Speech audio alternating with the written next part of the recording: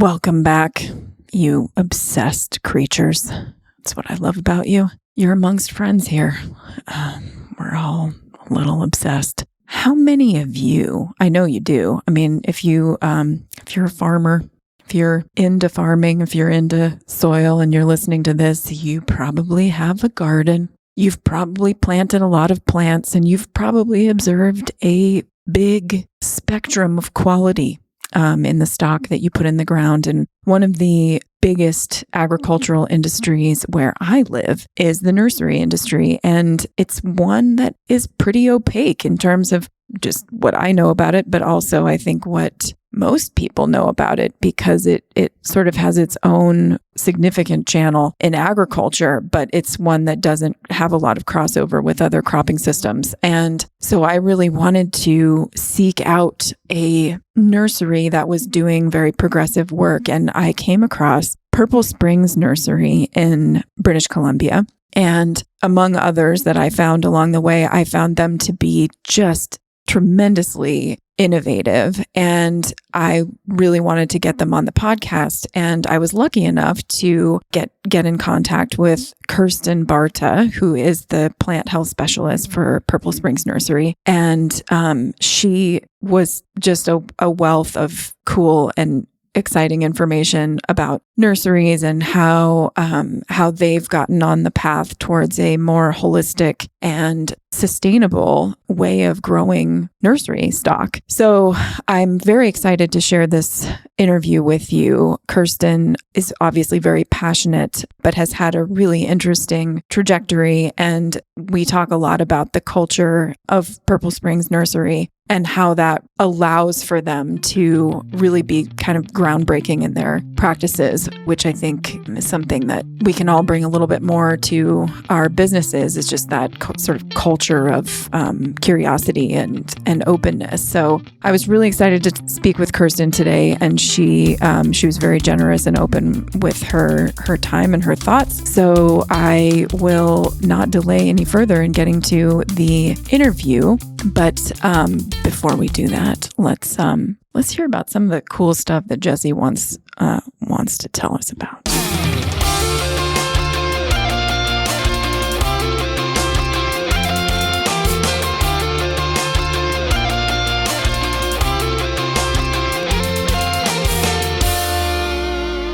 Today's episode of the No-Till Market Garden Podcast is brought to you by Certified Naturally Grown. At the heart of sustainable ag is the belief that soil health and thriving ecosystems grow the very best food. Certified Naturally Grown is a grassroots certification program that recognizes direct market farmers using holistic methods and shows your customers that the products you bring to market are grown to the highest ecological standards. If you're looking for an affordable certification option that focuses on the thriving of local farms and foodways, you're going to want to check out CNG. Their peer-to-peer inspections create opportunities for farmers to connect, exchange knowledge, and build regional support between growers. Certify your produce, flowers, livestock, apiary, aquaponics, or mushroom operation today. Find out more at cngfarming.org. That's cngfarming.org. Today's episode is also brought to you by Johnny's Selected Seeds. Johnny's Selected Seeds is a proud sponsor of the No-Till Market Garden Podcast. Since 1973, Johnny's has supported farmers and gardeners with superior seeds, tools, and information to help ensure their growing success and help feed their communities and families. The research farm is at the heart of Johnny's, where they trial thousands of varieties and tools every year. Their breeding program uniquely focuses on introducing varieties that meet the needs or solve the challenges mixed market, small farmers, and avid gardeners face. Visit johnnyseeds.com for innovative new varieties and time-tested favorites to grow this season. You can also browse their online growers library, link in the description, for a wealth of free educational resources. The employee owners at Johnny's look forward to growing with you. All right, enjoy the show. Well, hi, Kurstin. Thank you very much for joining me today. I really appreciate you taking the time. Yeah, thank you very much for having me. It's really exciting to talk to someone in nurseries because it's a system that we haven't covered much on the podcast, and that's for good reason. It's because there's not a lot of crossover in the sort of no-till / regenerative space and nurserymanship. So I was really excited to just learn about you a little bit. And it would be great if, because you work at Purple Springs, it would be great for you to give us a little bit of information about the nursery itself and the history there, and then how you entered that history and your own background, if you don't mind, including where you are in the world. Sure. Yeah. Well, the nursery is located in Armstrong, BC, which is like kind of in the corner of the Okanagan and the Shuswap. So it's this gorgeous growing valley. It's really a beautiful place to work. But I started working there in 2017. And at the time I was it was my first job, like after being at home with my kids. Like I kind of did a little bit of work working with biologists, just casually, but this was my first full-time job. And because I was looking for something that I could be home with at like done work at 4:00 so I can be home and get my kids. So I came in, I have a bachelor's of applied industrial ecology, it's called. So I came in with an environmental science background. And in the beginning, the first year, I was just there to learn because there's 250 acres. I had to learn the fields, the production, all that kind of stuff. And then into 2018, I got offered the IPM role, which is, the integrated pest management role, where I would be calculating spray tanks and doing pesticides and fungicides and all that nasty stuff. So that's kind of how I came in. And at the time, like Purple Springs was already doing like composting. They were adding compost, which is just hog fuel, with a couple additives in it, into their tree rows, which was a huge thing at the time. And that's really what attracted me to Purple Springs, was just that excitement that they were kind of doing like innovative things. I've never worked for a tree nursery before. So I was completely new to the whole tree growing industry. But just the fact that they were composting really intrigued me. And then they were doing trials with mustard as fumigant kind of stuff. So they were really kind of just getting started into this whole regenerative thing, and just really interested me.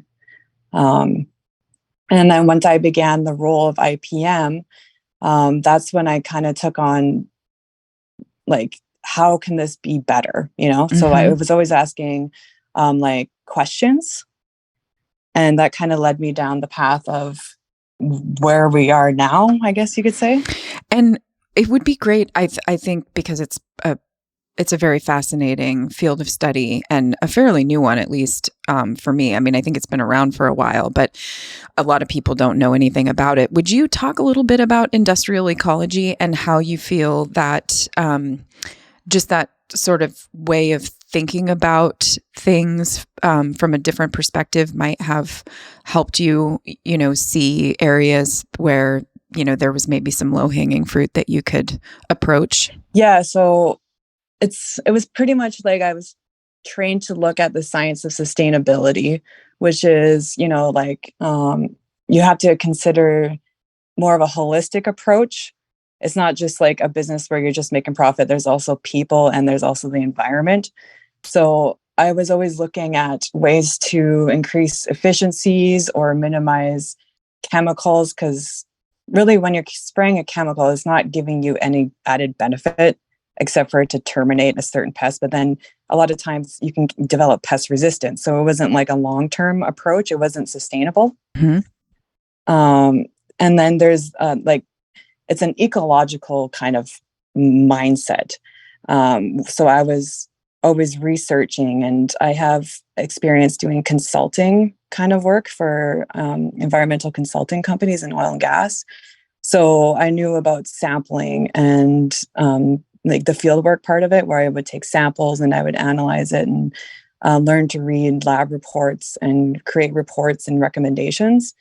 So I kind of approached the job like that, because it was a research kind of position. I was allowed to take the department into that kind of research area. I was allowed to spend time researching and figuring things out.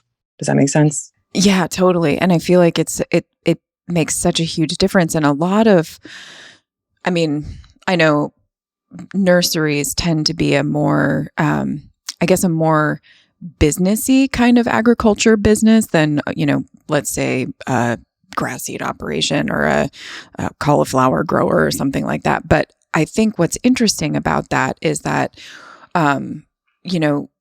the fact that there are departments and that there's a culture of, it sounds to me like at least a supportive culture of seeing, where there are opportunities for improvement. And how much of the culture at Purple Springs do you feel is has lent itself to being this sort of kind of on the cutting edge of, looking towards a more sustainable potential industry? So the culture, like our general manager, who's Joe Clausen, he is an innovator, and he's not scared to take certain educated risks. You know what I mean? Totally.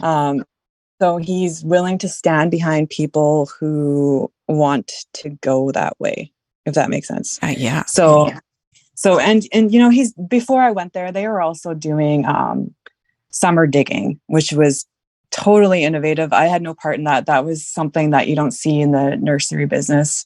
And they totally reinvented their pruning program. So they already were on the path of innovation. Mm-hmm. So that wasn't something that held me back at all.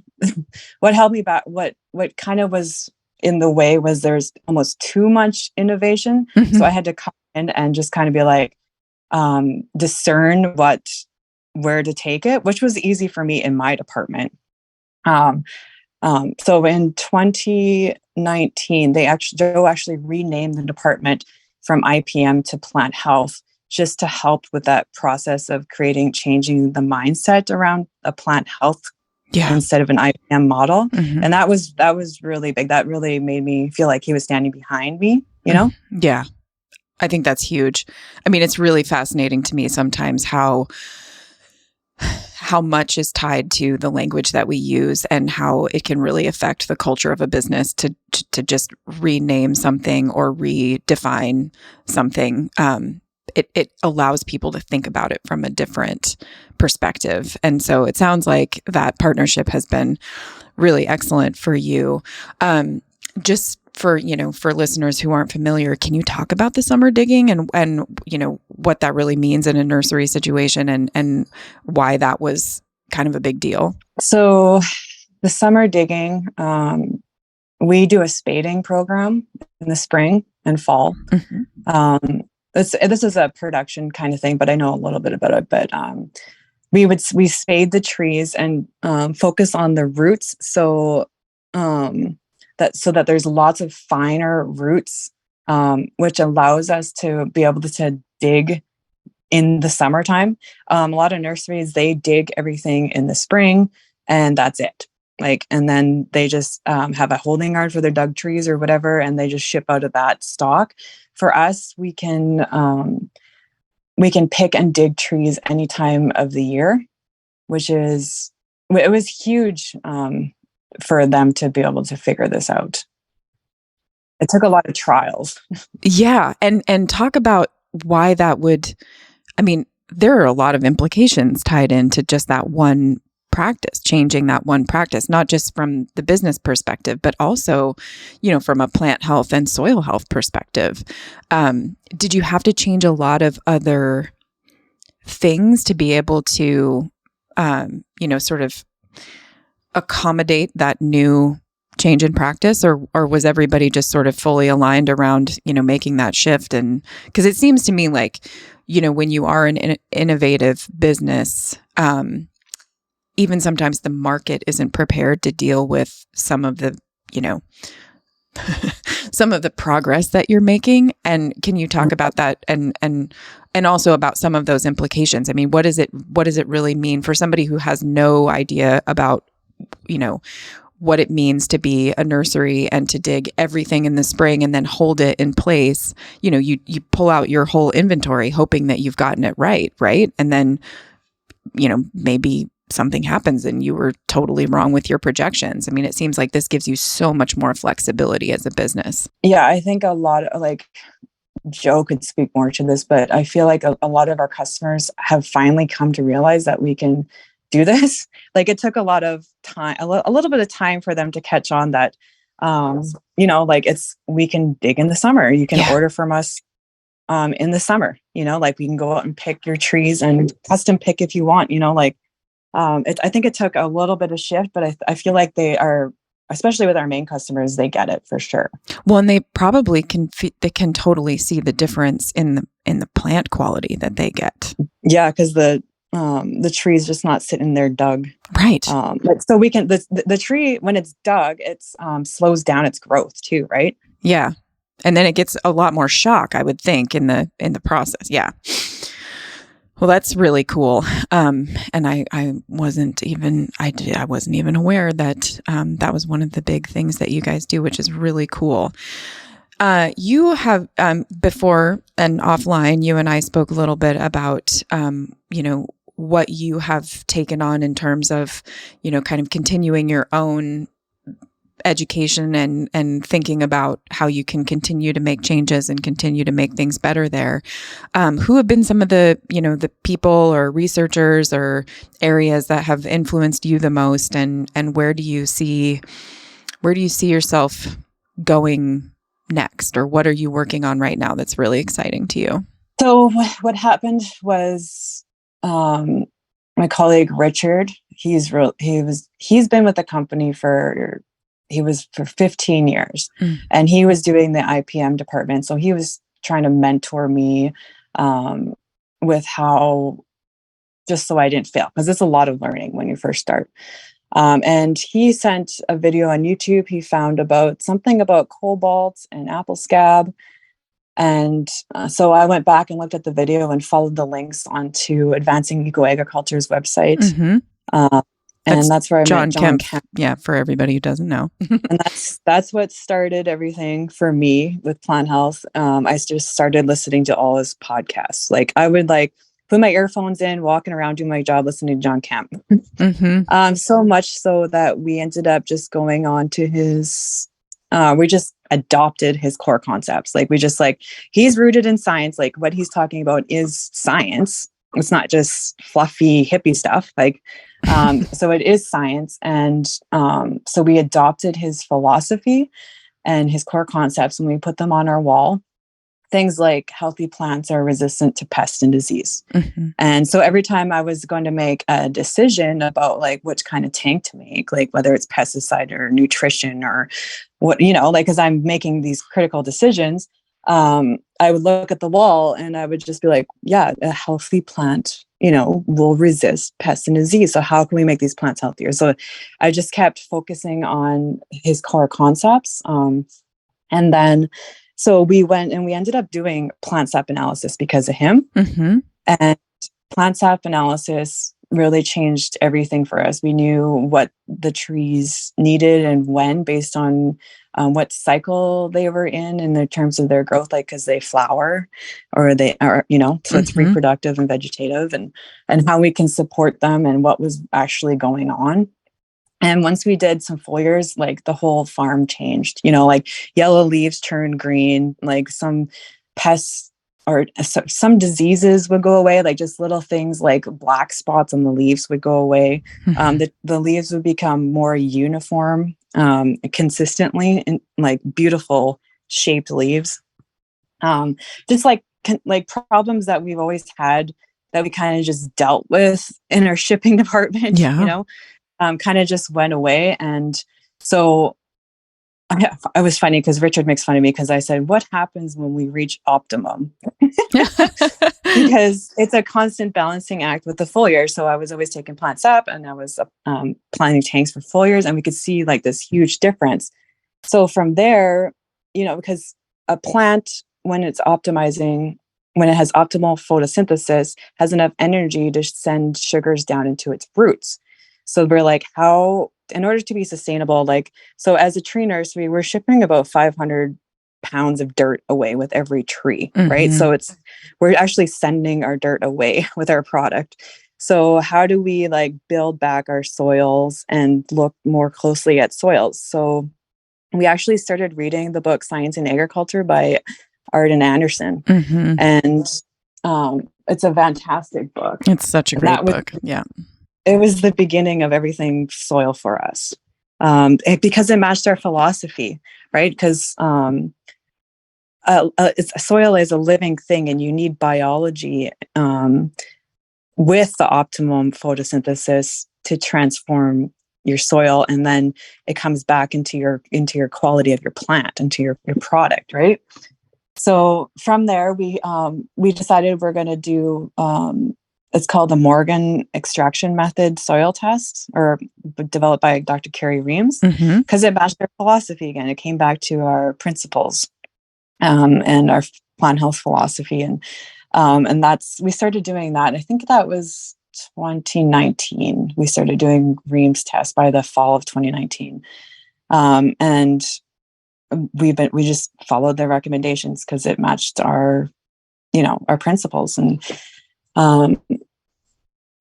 and now I'm just looking at the books on my desk here. Like, I have Agriculture and Transition by Donald, I don't even know how to say his last name, Schneifner, Albrecht on calcium, some more Arden Anderson books. There's this whole world of biophysics, and it's crazy. Yeah. Well, one of the things that really strikes me about what you say and your journey, and also just how that intersects with the particularities about nurseries, is that, oftentimes the product of agriculture, there's some way of judging quality. Usually that's yield, but with plant nurseries, you're actually being judged by the quality of the product that you're putting out there. And having planted a lot of plants in my life, and especially trees, because of my background, it is incredible the difference in quality that can come from one nursery to the next. And it just seems like there's such a lot of opportunity in nurseries to really add value to what they're putting out there, as opposed to just, growing plants. And I think that the journey that you've been on, you can't really underestimate what you've given people in terms of a head start with those plants. I know I'm not the only person who's ever gone and gotten something from a nursery, and you put it in the ground and it's like, why is this plant already at such a disadvantage? And I think you've spoken to a lot of that. Do you have anything else to say about that? Well, Joe actually put a 2-year warranty behind our product because he stands behind it, which you would never hear about in the plant business. That is huge. He really wants to help people succeed, because if they're succeeding, then we're succeeding, right? Yeah, I love that. I mean, the more I learn about, your business, I think, I'm so excited to share this with people, because it's such a standout in terms of what you're putting out into the world, and giving people the opportunity to just think about this. I mean, I don't think people think that much about nursery plants and horticulture in general when it comes to being and it's a huge part of agriculture. It's an essential workforce. Yes. During COVID, they said horticulture is an essential workforce. And, the cities, in terms of sustainability, it's a huge aspect of developing cities, because you have to have it for a stormwater runoff. And trees are just such an amazing aspect. It cools your house. There's so many benefits of planting trees. And cools your cities. Neighborhood. And there's so many studies now about mental health and proximity to green spaces. And I think that this is just going to be more and more important. It's so cool. That 2-year warranty is amazing. So what, along this path, what were the biggest, in terms of the intervention that you made, or the thing that you changed and the results that you saw? I mean, it sounds like John Kempf's program was obviously a huge step forward, but what have been the things that have kind of really surprised you the most in terms of like effort, to pay off? It takes a lot of focus. Mm-hmm. It took a lot of, I had to believe, Mm-hmm. So that was just me coming into the position of believer, that was huge because you're really challenging the status quo, right? Like industry standards, you're even challenging that. You're thinking differently than everybody else, pretty much. So that was not so much a problem for me, but that was a problem for everybody watching us, I guess. Mm-hmm. Yeah. And a part of our team, like a lot of our team is just still trying to understand, like when you see a weed, like, do you think you have to get out the glyphosate, Mm-hmm. or just like, what is this weed telling me? That was a huge thing for us. Right. Like, because obviously the weed's there for a reason. So what does that say about the state of our soil health? Or like the balancing of the soil minerals? Like weeds tell you a lot about the condition of your soil. So just and it can be messy when you're transitioning. And I feel like, in terms of tree nurseries, you're expected to have these clean rows, which you clean with herbicide, Mm-hmm. Mm-hmm. And like we have so many trials going on. We've used mulch, we use living mulch, like in row. And how do we manage that? How do we take these regenerative principles and apply them to our situation so that they don't get out of control? And what kind of things do we want to plant that we know we can manage? So there's a lot of inference going on where you're taking it's a critical thinking kind of skill where you're just like, well, what can we do in this? There's so many different situations in a nursery, because you're clearing land, you're digging trees, you have open land, you have tree rows, there's just different situations. So how do you manage every different situation but still apply and manage these regenerative principles? I think that was the hardest part. And just kind of redefining what beauty means. Does beauty actually mean clean rows, or does it mean that rejuvenating your soil? And what do plants are actually doing? The plants are the most important thing. Yes. Right. So just having a plant there instead of a clean row, so you're kind of just, how do we manage that? So what kind of tools do we have at hand that we could use, or what kind of equipment do we need to buy so that we can manage it? So it doesn't get out of control, especially with cover crops. Do we really want to plant that? Because that could potentially become a weed, Mm-hmm. So what kind of cover crop seeds do we need to buy that we can manage? And what do they do for our soil? And so there's a lot of that. I think that was the challenge because of our situation. We're not just broad acre. You can't just clear a whole field and do it. We clear a field after our tree cycle is over. So what do we do while the trees are growing, right? Yeah. And could you describe, so for people who maybe don't live near the sort of physical footprint of a real plant nursery, can you describe what that looks like? And, especially for tree nurseries, I know sometimes you see them where the pots are actually dug into the ground. I don't know if some places actually don't do it that way. That's what I've seen the most of. Can you just describe for people what the system looks like and how, if you're growing trees, are all the rows the same width, or are you growing smaller trees on smaller widths, and how does that work? Sure. So we do have a pot and pot. That's where you have the pot in the ground and then you put a potted tree in there.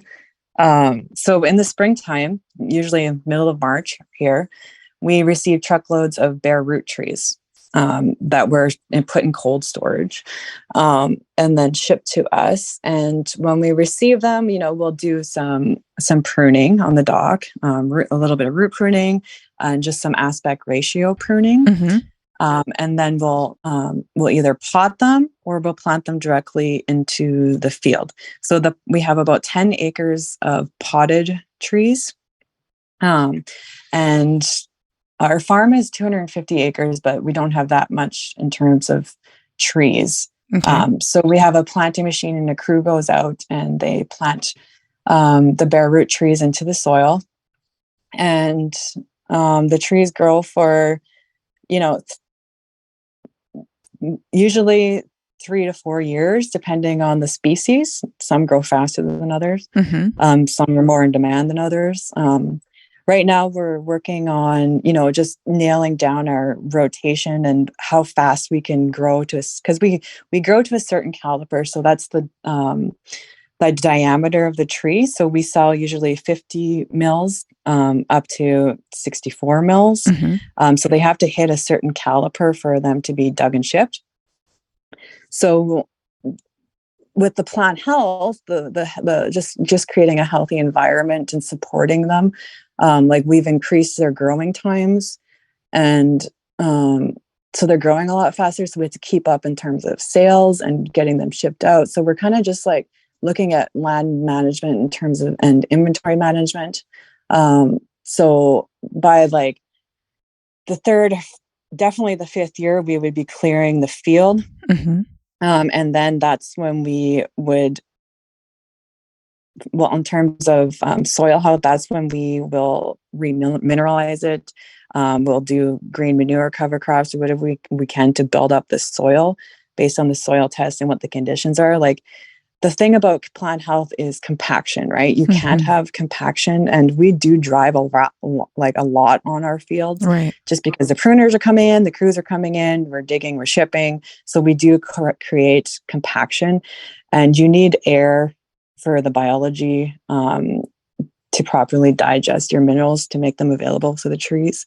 So we're always managing. It's kind of like we're managing disturbance. Mm-hmm. There's a lot of disturbance in a tree nursery, so it's a balancing act, I guess. Does that answer the question? Yeah, absolutely. Do you feel like so?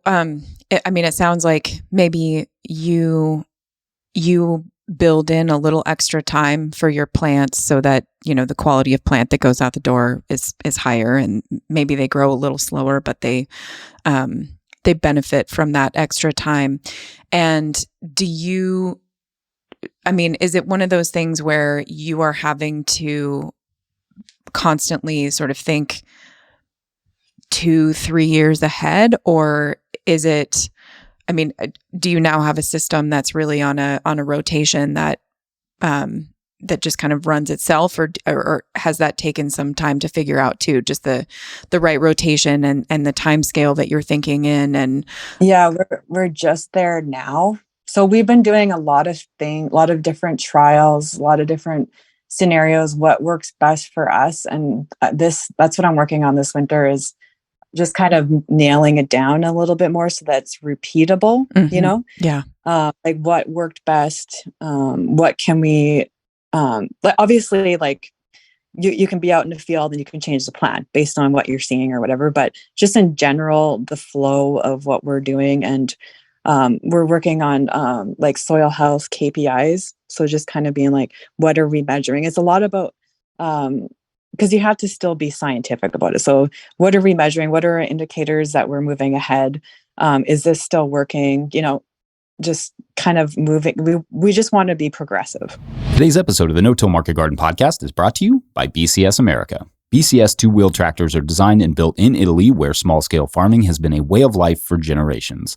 Discover the beauty of BCS on your farm with PTO-driven implements for soil working, shredding cover crops, spreading compost, mowing under fences, clearing snow, and much more, all powered by a single gear-driven machine that's tailored to the size and scale of your operation. We have been using a BCS tractor on our farm since 2014, and it has saved the day and leveled the workload more times than I can count. And I find new ways to employ it every single season. To learn more, view sale pricing, or locate your nearest dealer, visit bcsamerica.com. That's bcsamerica.com. To learn more, view sale pricing, or locate your nearest dealer, visit bcsamerica.com. That's bcsamerica.com. Today's episode is also brought to you by RIMOL Greenhouses. Whether it's tomatoes to market, flowers in the spring, or your family's harvest, growing in a greenhouse protected from the weather provides the right environment that you need for a harvest that you can count on. RIMOL Greenhouses are designed for durability and offer the quality that you need to grow productively year-round. Visit RIMOLgreenhouses.com to get a quote today. If if I may editorialize for a second, I own a RIMOL tunnel. I love it. We built it ourselves, and I really appreciated the quality of the tunnel as well as the customer service we received in the process. So make sure to check them out. All right, back to the show. Okay, so when you're an innovator like this in an industry that has very entrenched, I mean, there is a real entrenched sort of culture of nursery management and a lot of sort of, what would broadly be referred to as best management practices that you guys are directly challenging. And so while you have this really strong and progressive and innovative business culture, it doesn't seem to me like necessarily that's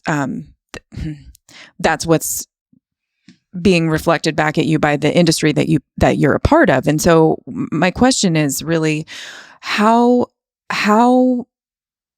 challenging is it, or is there an opportunity for there to be groups, I guess, of other nursery colleagues who would maybe follow your lead? I mean, do you think there's an opportunity there to start sharing some of, some of your outstanding results of your trials and things that you've learned? Do you feel like that's happening at all, or and when you go to conventions, or I don't know what it looks like in the nursery world, but do you feel like any of that is breaking open or loosening up at all? I feel like this year, more and more people are more intrigued because they've kind of seen our products, they've seen our results. We've been posting more, like on our website, on social media. Joe is really big into collaborating. He's all for, working towards, stewardship of the land, I guess now. Like he admitted, like when he first started, it was all just about buying and selling trees. And now it's something more. It's about developing people. It's about, actually like building soil health and just being a steward of the land. Like, and, if his business partner, Ken, they both kind of started, they've always kind of been the pioneers, like in terms of land management. So it kind of fits in with the core of who they were at the beginning, and collaborating and reaching out into his networking, helping people. Joe's really big on helping people. So that is definitely a possibility. That's great. Are there I'm sure there are. Are there conventions and stuff that you guys go to? And yeah. In November, we went to a green industry trade show in Red Deer, Alberta. And I feel like they kind of already know what we're doing, because they see our stuff, and they're a little bit intrigued. I don't know. I don't really work directly with other nurseries, but I have been getting a lot more questions about cover crops lately. That's exciting. Like I said before, everybody's like finally catching on that we can summer dig, and we're able to ship to the city of Edmonton, which has a really high, crazy standard in terms of pruning. So we developed our pruning system around that. So Joe feels like we are kind of being more established now. So we're kind of at this point where we can anchor in our plant health philosophies and start to share it, because we really had to see the results for ourselves first, Yeah, totally. Well, and even, get your own workforce sort of aligned behind the principles, because like you say, they have to see the results for themselves. And I think that's really critical. But now you're so positioned to be able to share with other people and I think it's one of the things about being so innovative is that, you have so much to offer. And now hopefully that things have shifted enough in the world that people are paying more attention to these things. They'll take a few pages out of your book. Going definitely. Back to some of the changes that you made early on, especially, walking into the IPM position, and then, the focus on foliars and adopting John's sort of paradigms. How much, so from an input standpoint, because I know at least industrially speaking, nurseries tend to have a lot of inputs. And so how would you say, like, what were the biggest shifts in terms of your inputs? By shifting to foliars, for example, did you see a major decrease in pesticide use? What were the things that really changed most along the way in terms of the inputs? Have your costs gone down? Does that help you to kind of carry that cost of maybe having plants in the ground longer, or has that been kind of a linear progression? Or our costs have gone down significantly because chemicals are expensive, like a miticide, a pesticide, they add up, especially if you're doing fungicides every 2 weeks, Yeah. So our chemical costs have greatly decreased, and our nutrition costs went up a bit, but not, well, from the beginning there was none. So it went up a bit, but it's been consistent pretty much since 2019 when I first started. And but our soil has gone up just because we've been focusing a lot on remineralizing our soil, and it's a core foundation to our company now, because we know that there's going to be cumulative. How do I say that word? Cumulative. Yeah. Mm-hmm. Cumulative effects, right? Yeah. There's going to be carryover. So when you're treating a plant and building up its health, it carries over into the next season. So it's a gain. Yeah. Right. It's like it's an investment. Builds, yeah.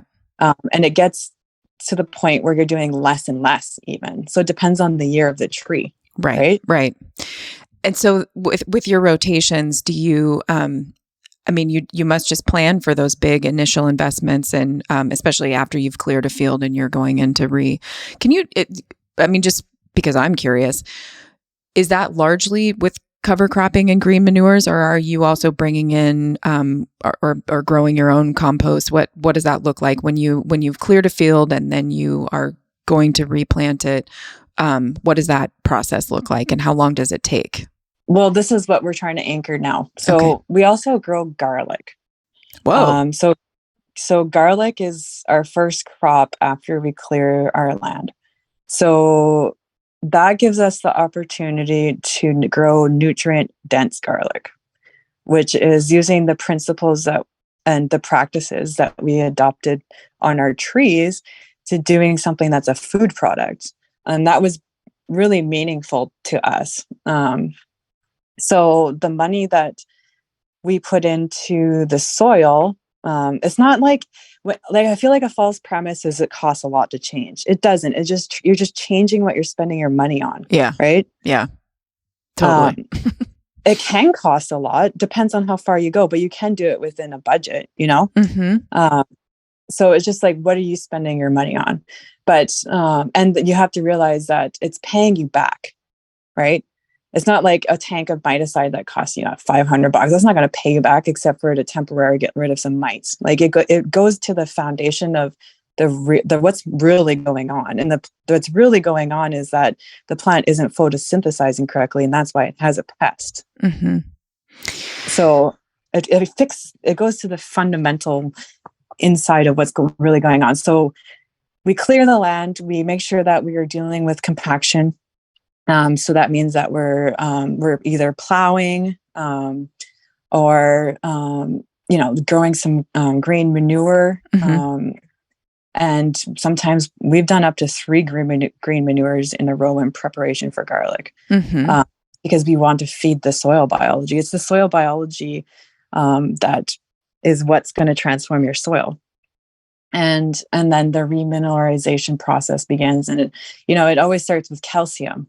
Calcium is the mother nutrient. So with our soil, we're usually putting on, this is according to our REAMS recommendations. That's our soil test. Right. We're putting on calcium carbonate. Sometimes we're putting on gypsum, and we're always putting on Epsom salts and a little bit of ammonium sulfate, because it's not organic, but it's using synthetic products at acceptable application rates that will jumpstart the chemistry and the soil biology. And eventually we're like, maybe we will use more organic products, but right now we're just adhering to the Ream's recommendations, and his philosophy on the energy of soil, because it's biological and it's chemical. So there's like a chemical interaction when you introduce certain products to get the life jump started. You know what I mean? And was garlic, is that related to just the transition, that transition period? Is that have a fumigation impact, or was garlic just a crop that you could easily grow and there was a good market for it? Why garlic? So garlic fit in with our labor force openings, I guess you could say, because we'd be harvesting in August and we were always a little bit less busy in August. I feel like it was just a futuristic idea that ended up happening. We started small. This is going to be our 6th season of growing garlic. So we just did a couple acres just to try it. And, it wasn't until 2019 that we really put more focus in terms of plant health and potential of a garlic crop. And we just seen the benefits. There is a high demand of garlic. It's not hard to sell garlic. Especially like good, healthy garlic. How did you, so you're a nursery, and how do you sell your garlic? Are you selling it wholesale or are you putting it into the commodity garlic market? It seems like a very different, it's a very different crop to sell, sort of, but maybe you had some very innovative way of getting it out there. How do you guys sell your garlic? I'm not in sales, but Joe, it pretty much sells itself. Wow. We have, he's like, in the beginning, we had to go knock on a few doors, but just for local grocery stores. Yeah. Wow. We just got certified last summer for Canada GAP, which means that it's like a food safe program with Canadian Food Inspection Agency. So that means we can sell more wholesale to bigger food store chains or whatever. So that was a big accomplishment for us. And then this fall, we planted 30 acres of garlic. So that's a little bit crazy. Wow. Well, it's, but again, it could be so innovative. Just to have that intensification and diversification just as part of your business model, I think is really smart. But then it also has the, ancillary soil benefits. And I think that's really cool. So do you think you'll experiment there at all? Do you see opportunities for other crops to go in between tree rotations, or do you just think garlic is winning, so why challenge garlic? Well, garlic's almost its own business now. Wow. That's really saying something. Yeah. It took a lot of work to get there. Like, I was doing plants up every 2 weeks on the garlic. And, we don't want to use herbicides because it ties up nutrients, it kills biology, it goes against our plant health principles. So then what did we do? We had to figure out tine weeding. We had to figure out cultivation. How do we plant it in certain rows so that we could minimize weeds? Is there hand picking involved? There was a lot to figure out. And then we do foliars on garlic, which I don't know if very many people do that. And the garlic is a pretty heavy feeder. So I'm always topping them up and to try to balance them to grow the best balanced garlic. And that includes soil.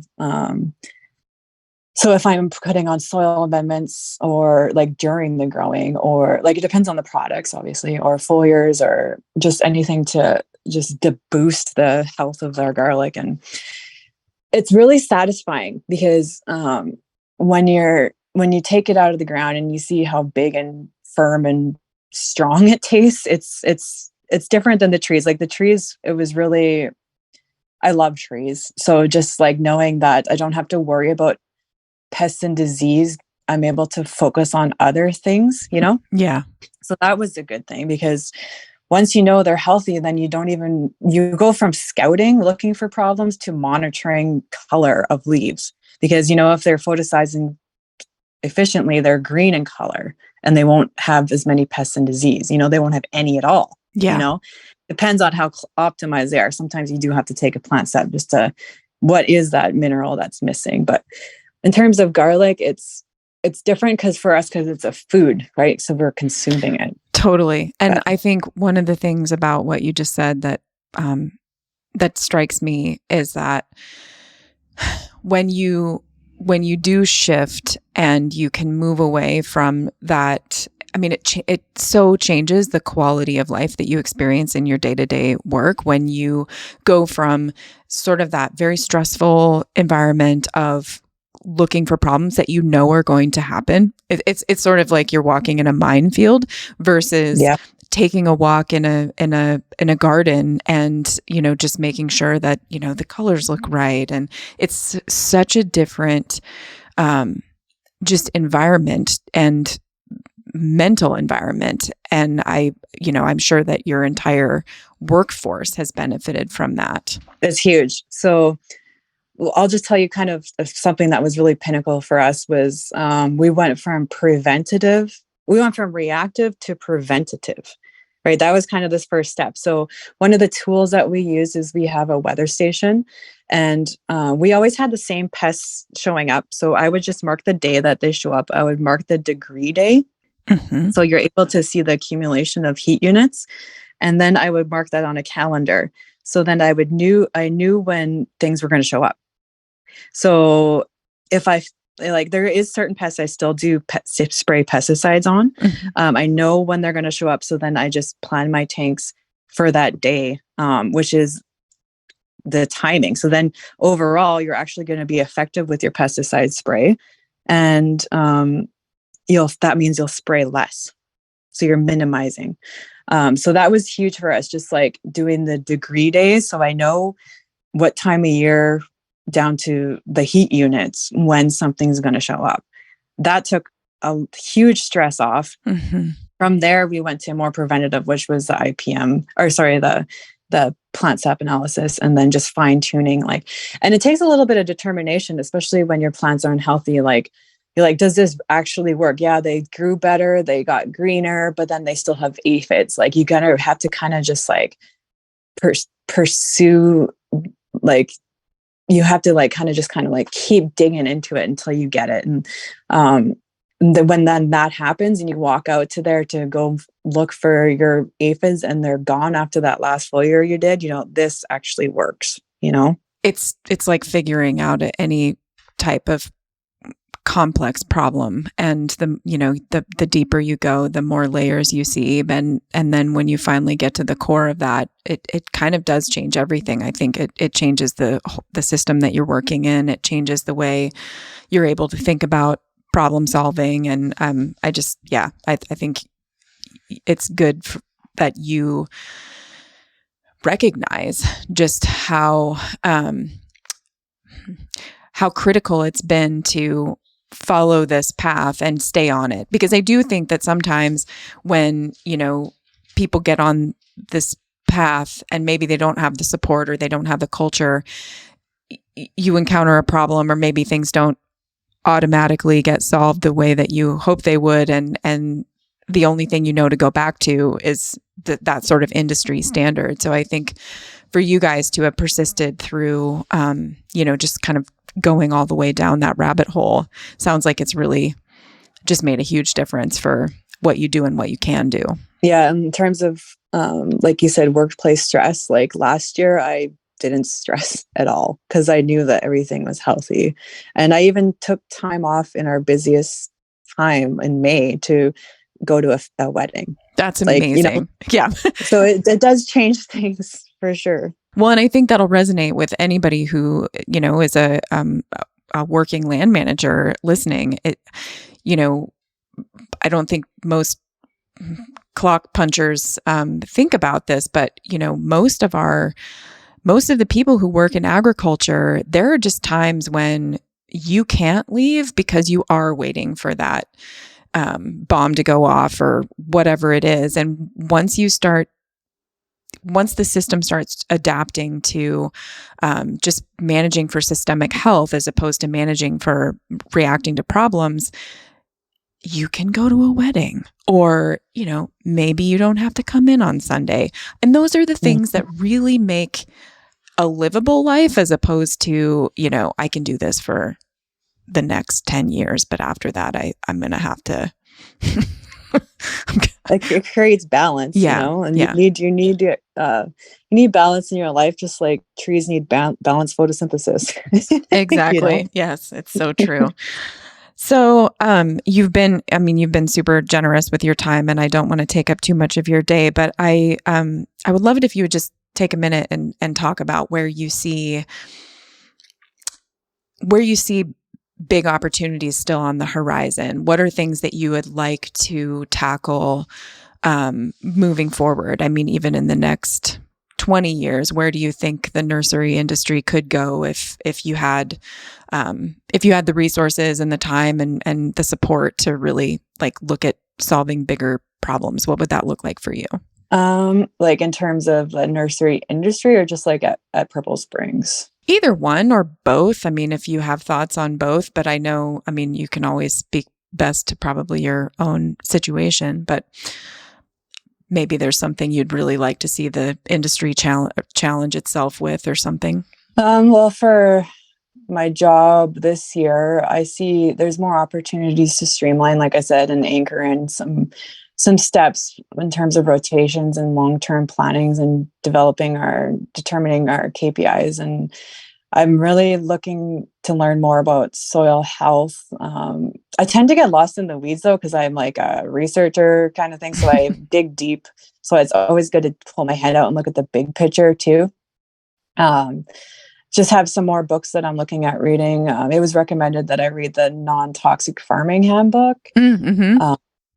And I'm working on communication, because I'm just kind of one of those people that just put their heads down and just does the work, So I'm looking at doing more presentations, just on plant health in general, and just simplifying it for people. Mm-hmm.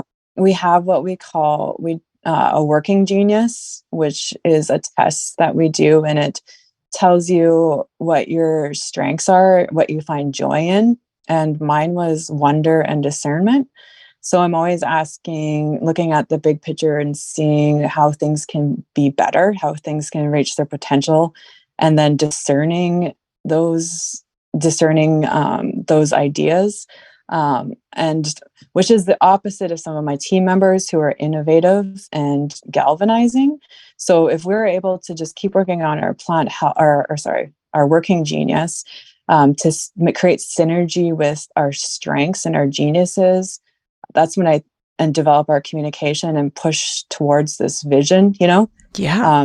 We're really working on just like the team kind of stuff with the working genius to improve communication, really, and just to keep being progressive. And then just looking deeper into the soil, and then just to produce these nutrient dense foods, like, the garlic, and then whatever. We're always looking for brainstorming ideas on possible future crops. So that's always a thing, because our leaders are innovative. Mm-hmm. And just to achieve like a properly functioning soil, like an optimum kind of soil with this balancing act, because once you take out a crop, it changes. So it's always just this balancing. There's no destination. It's really about the journey, and just this balancing and just measuring and timing things to reduce chemicals even further. And how can we what if we limited herbicide, like, how would we do that? One of the things that we bought this year that we're going to get, that we're really excited about, is side discharge mower. Mm-hmm. So we're growing alfalfa and timothy in our wide row. So where the trees are, there's a wide row. And then there's a narrow row, because there's 2 rows of trees. And then where those 2 rows are, they're kind of narrow together. Mm-hmm. The wider rows are for vehicles to go through. Right. So in the wide rows, that's where we have our alfalfa and timothy. So we bought this side discharge mower, and it's going to put all the it's going to chop up the alfalfa and put it onto the tree row as a mulch. So then that's one way that we're reducing herbicide. So we're really excited about that because we have lots of acres where we already have that set up to do that. And that was a transition, just trying to get the right equipment. Equipment is a huge thing. Yeah. And just the capital, the resources to get it and just to keep growing in terms of that. So who knows where we'll end up. Like there's so much potential, I guess. Mm-hmm. You know, but I feel like what we have now is, like I said, I get lost in the weeds. So right now, what we have is really leading edge. And if I step back and looked around and just see where everybody else is, I could just break it down simply for anybody who wanted to learn, just to get started. Right. Yeah. Which is, I mean, that's huge because, you know, everybody's got to start somewhere, and you guys having gone through what you have gone through and taken these steps, and at the same time really been sort of working concurrently on the workplace culture and just that sort of environment of openness and an assumption that, you know, there's always progress to be made. I think, yeah, you're in a really good spot. It's very exciting. I'm excited for you. And those side dress mowers are so cool. So anyway, I'm stoked about that too. But yeah, I think that what you say about equipment can sometimes really hold up an entire industry. I mean, I don't think people realize how, you know, we've really designed equipment to fit a model that isn't sustainable. And it'd be really cool. I've always thought this, that if I could just have an engineer / machinist on my staff, that would have saved me a lot of problems. So another good thing about where we work is we have a fab shop. Oh. So we have like guys who are into regenerative stuff, like Mason, for example. He's on our team. He can kind of make a piece of equipment to work, you know, he'll just craft thing up and work with the fab shop and create it. So we've had to do that in order to transition and afford more expensive kind of stuff. And there's also government funding. If people looked into kind of government funding if you're on this path to regenerative or just soil health, you look into government funding and see what you can get to. Yeah, no, you're totally right. There are grant programs to, retrofit sprayers and all kinds of things that are really cool. And I think people just need to be more aware and listen to resources like you and really pay attention to what you guys are doing. I'm so excited that we got to speak today because, like I said, it's not an industry that I think a lot of people know very much about, and it's just great to know that you guys are out there doing such cool things. Is there anything? Are there any parting words that you would like to share with everybody, or is there anything that you wish I had asked that I didn't? I'm just looking at my notes. Water is important. So we have, John Kemp always says that too, but we have high bicarbonate water, and it actually negatively impacts your soil structure and your sprays and all the things you gotta. Yeah. So we actually take a look at your water. We actually trucked in some water from the Shuswap Lake because it's actually really good water, Mm-hmm. and we put it into a couple tanks and we're using it for our foliars, or just a little bit. It's if you're looking to create efficiencies, you can look at little things that you can do that actually don't cost a lot of money, Yeah. And you just got to start somewhere. And the most important thing is mindset, what's holding you back is usually a belief based in false premises, or maybe you're making assumptions, or you're just accepting something that somebody said, and just I'm always learning. We're always learning and asking questions and just trying to improve. My big thing was I hated chemicals, right? Because I'm an environmentalist, but just the fact that I don't worry about the trees anymore could be a big motivator for people. It doesn't actually take money out of your pocket. It's just, what are you spending money on? So it's this whole mindset. I think people make it harder than it is. It is actually a really enjoyable journey because you are growing every day and you're making a big impact on your community, on your world. And because but it is an ecosystem. Just because, you're in this one little area, the pesticides will go up into the atmosphere and affect the whole world. Like what you do and what you're doing in the world affects your community. Yeah. So we are all intertwined. And when you work with nature instead of against it, it makes life easier, Yes, indeed. And it's worth the pursuit because, like you say, the education that you get along the way is totally priceless. And there's like, if you go on Acres USA, there's so many books, there's people who have the science behind it. Yeah. So you're not alone, Yeah. No, and I think that's huge. A lot of people just need to find the community and the support because it can be very isolating to try to sort things out when you feel like you're really alone. And I think that's a big deal too. So, and another big thing, sorry, just to finish it out, is brainstorming. Brainstorm with your colleagues. Like that was a huge thing that helped us, is just brainstorming. When you get multiple minds at something, Yeah, and it does sound like you guys have some structure in place for making those kinds of conversations possible, and opening it up to all the people on your team to really contribute, which is, a lot of things happen just because you're having a wider conversation and allowing people to bring ideas and making it a safe space for people to share ideas, even if they seem a little crazy at the time. Exactly. Yeah. Well, Kurstin, thank you so much for all of your insights today and for sharing a little bit of Purple Springs with us. I hope that anybody in BC who doesn't know about you will learn about you now and look for your very quality stock out there and get some garlic too, because it sounds like we could all use. It just sounds like such a cool thing.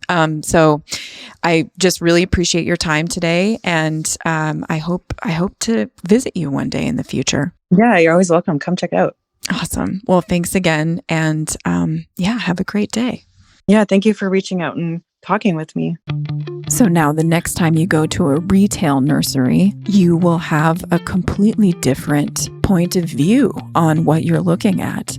That was so cool speaking with Kurstin today. I really got so much out of that and thinking about how these processes of evaluating plant and soil health and how the framework of decision making can be so similar and also so different between agricultural systems, and curiosity almost always drives the best practices on the land, and really seeing when things aren't working and being open and willing to acknowledge that and try to find a better way. Just it's what keeps the juices flowing, people. So anyway, if you're in British Columbia and you're fortunate enough to get your hands on some of their awesome stock, I'm sure they would appreciate you saying some good words about them out there in the world. And hopefully these practices will spread and infiltrate the rest of the nursery industry, because you start with a quality plant, and that's pretty foundational to everything that comes afterwards. Thank you so much for tuning in with me again today, and I hope that you got as much out of it as I did. Anyway, can feel a little lonely when I'm doing these intros and outros because I'm mostly talking to the cat that's staring at me with disdainful reproach, and this is probably a good time to cut this one down. Okay, feel free to edit this, Dr. Professor.